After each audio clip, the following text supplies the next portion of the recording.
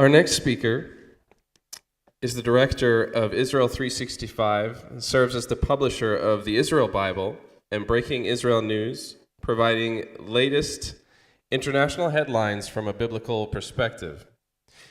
Rabbi Tuly Weisz attended Yeshiva University, Rabbi Isaac Elchanan Theological Seminary, and the Benjamin Cardozo School of Law, and serves as the rabbi of the Beit Yaakov congregation in Columbus, Ohio, before making Aliyah.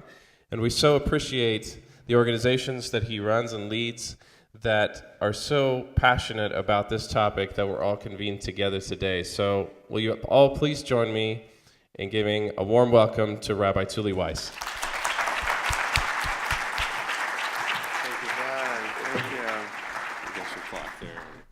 Thank you, John. I really appreciate it. It's so nice to be here. I was looking, actually, at our first correspondence was back in 2015 when we ran into each other in Washington at the Kufi conference.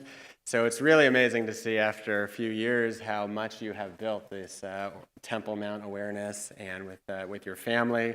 It's really amazing what you are doing. So thank you. Thank you. Thank you for including me. Happy Hanukkah, everybody. So yesterday we were at the Knesset, and we had a wonderful time there, and I was with Donna. Donna said something, I think it was yesterday, where she said that, the Jewish people have such a great history. She said that the Jewish people, if you don't know what a holiday is all about, right, it's all the same plot. They tried to kill us, we survived, let's eat! So the truth of the matter is, it's actually not accurate, at least as it applies to Hanukkah. All right, so what's Hanukkah all about? That is accurate when it comes to Passover and Purim. They tried to kill us, we survived, let's eat, right? But Hanukkah is a different kind of holiday. On Purim, they actually tried to kill us, right? Haman and Achashverosh, they tried to kill us.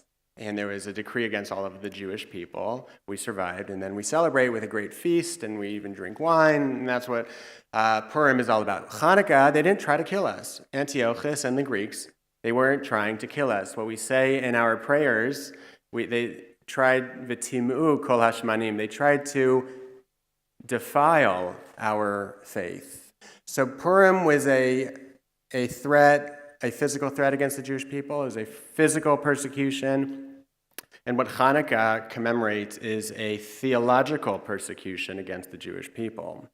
That they tried to have an influence on us, and they tried to instill foreign influences into the temple specifically, and they brought the statue of Zeus into the temple. And so Hanukkah is the time when the Maccabees went in, and we not only unified Jerusalem physically, but we really unified it spiritually once again for the Jewish people. And that's really important to point out because it has to do with the way that we commemorate Hanukkah as well. On Purim, like I mentioned, we celebrate physically and we have a big meal. What do we do on Hanukkah? We light the menorah and we bring light into the world. And what does, of course, light represent? So light represents the God, light represents the Torah, and light represents spirituality. So it's a much more spiritual holiday. And the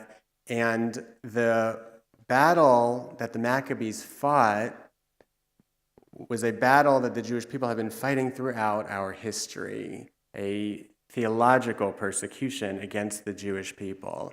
And it's something that, till this very day, is something that we're struggling with. Yesterday, so we were at the Knesset, and you see there the emblem of Hanukkah all over the place, the menorah. From the time you enter the Knesset, the menorah across the street, and it's the logo on everything at the Knesset. So the prophet asked, can a nation be born in a day, right?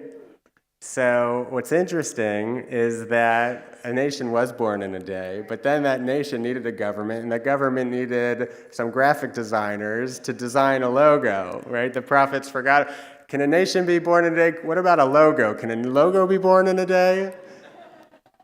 So it wasn't actually so easy, but in 1949 they commissioned a contest, and 450 people submitted their entries into this contest to provide a logo for the new state of Israel. And these two brothers, I believe from Germany, their name is Gabriel and Maxim I just forgot the last name. I was looking it up earlier. Schreiber, maybe?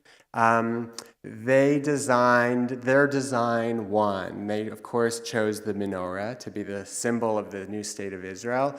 But what was around the menorah? What's around the menorah and the emblem of the state of Israel?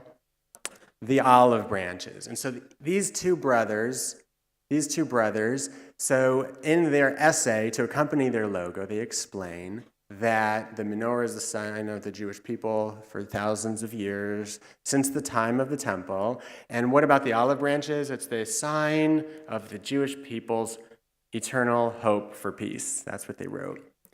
And the truth of the matter is that's very beautiful, and everybody thinks that's true. But I'll tell you something you might not have known, that according to the Jewish tradition, olives don't represent peace. That's actually a Greek invention. How ironic, right? The wreath, the olive wreath, the olive branch laurels that were given at the Greek games were signs of victory. And so the olive branches, the brothers they didn't look into the Bible, right? Because the Bible describes that menorah flanked by the olive branches. I'm looking here in my Israel Bible, okay? This is where I get all my secrets from, the Israel Bible, which if you haven't heard of it, who's heard of the Israel Bible? Great, okay. If you haven't heard of it, we have them outside for you. It's got the Hebrew on the right side, the English on the left side, and a special study notes and commentary all about Israel on every page of the Israel Bible. So it points out here in Zechariah chapter 4, verse 11, it says, "What do you see?" The prophet Zechariah says, "Two olive trees on the right and on the left of the menorah."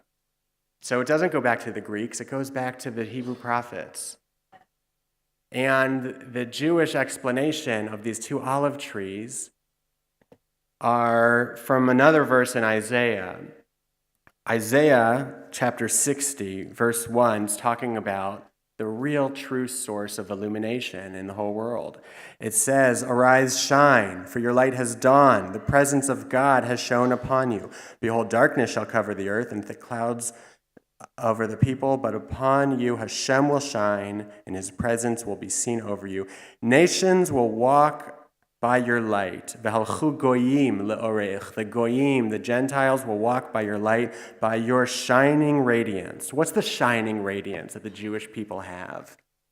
This is something that appears over and over in the Bible. Not only right before Zechariah's vision of the menorah, the central theme of Hanukkah, it says in chapter 2, verse 15, in that day, in the end of days, many nations will attach themselves to Hashem and become his people, and he will dwell in your midst. Then you will know that I was sent to you.